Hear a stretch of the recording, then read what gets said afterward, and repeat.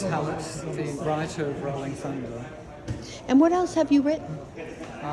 For the stage, I've written a show called The Chet Baker Journey. Of the original title is Freeway, The Chet Baker Journey. It's a vehicle for one of Australia's foremost actors, Tim Braxton. And what draws you to write what you write? So predominantly my background has been as a journalist for many years for the Sydney Morning Herald, for the Australian.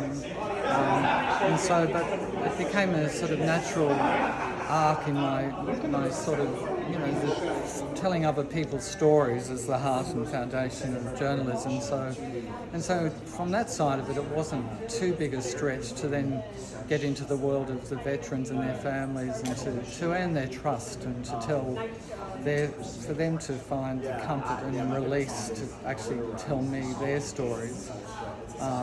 And that was quite a huge process, which probably took about a year and a half and it included a number of American veterans because there was always an American Marine in the original story.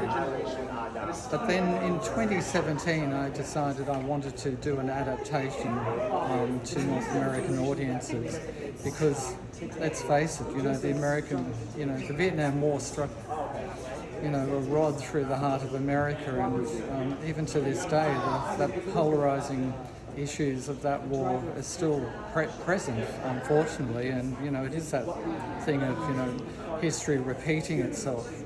But having said that, to then marry these stories and in a way create these archetypes which embody so many stories became kind of the heart and soul that streamed through the songs of Rolling Thunder and provides this intimacy among something so epic with what's going on in the screens, whether it be images of Nixon, of LBJ, of certainly Walter Cronkite, who was the voice of reason for so Absolutely. many in this, what was the first televised war. And so, yeah, and then just to have this astonishing company of actors who you got to talk to, just to bring this energy and vibrancy and lift it out of being a mere nostalgia piece to actually, particularly in the protest scenes, which are so much relevance and so much resonance. So it's sort of, I don't know, I hate to say, but it really is right for the times. And No, it totally is. But I have a question, and maybe this is so ignorant, and if I'm thinking it, I'm sure other people are. Was Australia involved in the Vietnam we War? were most definitely involved, and we for many years have been allies to the Defence Forces of America, and so we went to Vietnam and lost. We only lost 521 soldiers, but thousands. Still 521. Yes, thousands were wounded as well. And so, and of course, statistically, America, more than 58,000 people, and the toll of that war, just in terms of people alone, it was 2 million people died in that long-running conflict. The Vietnamese, the Americans, and Australians, all up 2 million people. It is like wiping Philadelphia off the map. Right. It's just astonishing.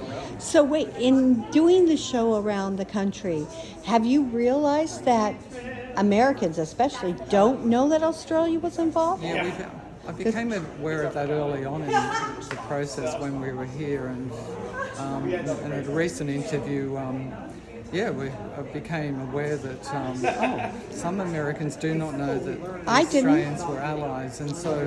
I mean, I know that Australia is our ally, but I had not a clue that. Yeah, and so like the young kids who were faced with that birthday ballot, we also had the same kind of lottery. Oh, really? Where kids were drafted and all on your birthday, it was just, and Aussies, happy birthday to you. And Aussies being Aussies called it the lottery of death.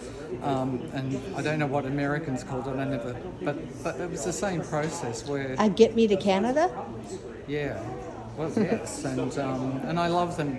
You know, that term in which we've now named our band, the Freedom Bird.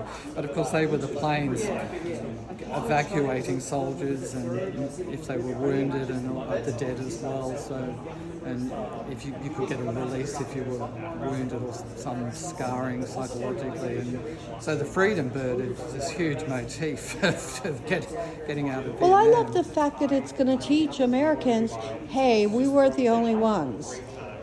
Because a lot of times that's how we think.